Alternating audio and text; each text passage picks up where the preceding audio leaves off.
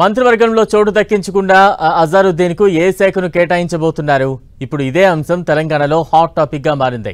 అసలు అజారుద్దీన్ మధ్యలో ఉన్న ఆయన కోరుకునే డిపార్ట్మెంట్ ఏంటి? ఇప్పుడు ముఖ్యమంత్రి రేవంత్ రెడ్డి ఆయనకు ఏ శాఖ కేటాయిస్తారు? ఇప్పుడు దీనిపై పొలిటికల్ సర్కిల్స్ లో చర్చ అయితే జరుగుతోంది. తెలంగాణలో మూడోసారి మంత్రివర్గ విస్తరణ జరిగింది. కానీ ఈసారి ఒక్కరికే ఛాన్స్ దక్కింది. కాంగ్రెస్ అధికారంలోకి వచ్చిన తర్వాత మొదట సీఎం రేవంత్ రెడ్డి నేతృత్వంలో 11 మంది మంత్రులుగా ప్రమాణ స్వీకారం చేశారు. ఆ తర్వాత 3 నెలల క్రితం మరో 3కి కేబినెట్లోకి తీసుకున్నారు సీఎం.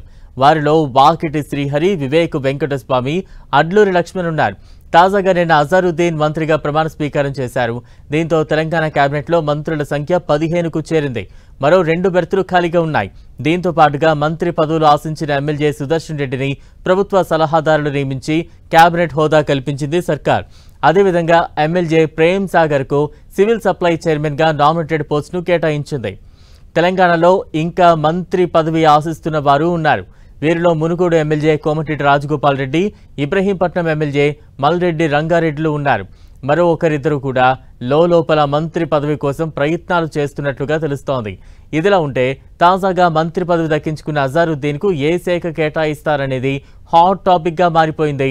ఒకవైపు అజారుద్దీన్ కు హోంశాఖ కేటాయిస్తారని చర్చ సాగుతోంది.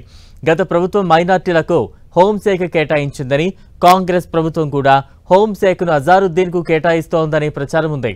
ప్రస్తుతం హోం, విద్య, మున్సిపల్ లాంటి కీలక శాఖలు సీఎం రేవంత్ రెడ్డి దగ్గరే ఉన్నాయి. అయితే మరోవైపు అజారుద్దీన్ అంతర్జాతీయ క్రికెటర్ కావడం, గతంలో ఆయనే ఇండియా టీంకు కెప్టెన్గా వ్యవహరించడంతో స్పోర్ట్స్ శాఖను, మైనార్టీ వెల్ఫేర్ శాఖను కేటాయించే అవకాశం ఉన్నట్టు తెలుస్తోంది. ప్రస్తుతం స్పోర్ట్స్ శాఖను మంత్రి వాకిటి శ్రీహరి నిర్వహిస్తున్నారు. మైనార్టీ వెల్ఫేర్ను మంత్రి అడ్లూరి లక్ష్మణ్ చూస్తున్నారు. మొత్తానికి సీఎం దగ్గర ఉన్న ఏదో ఒక శాఖను అజారుద్దీన్ కు కేటాయిస్తారా, లేక మంత్రులు వాకిటి శ్రీహరి, అడ్లూరి లక్ష్మణ్ల దగ్గర ఉన్న ఒక్కో శాఖను తొలగించి అజారుద్దీన్ కు కేటాయిస్తారా అనేది ఇంట్రెస్టింగ్ గా మారింది.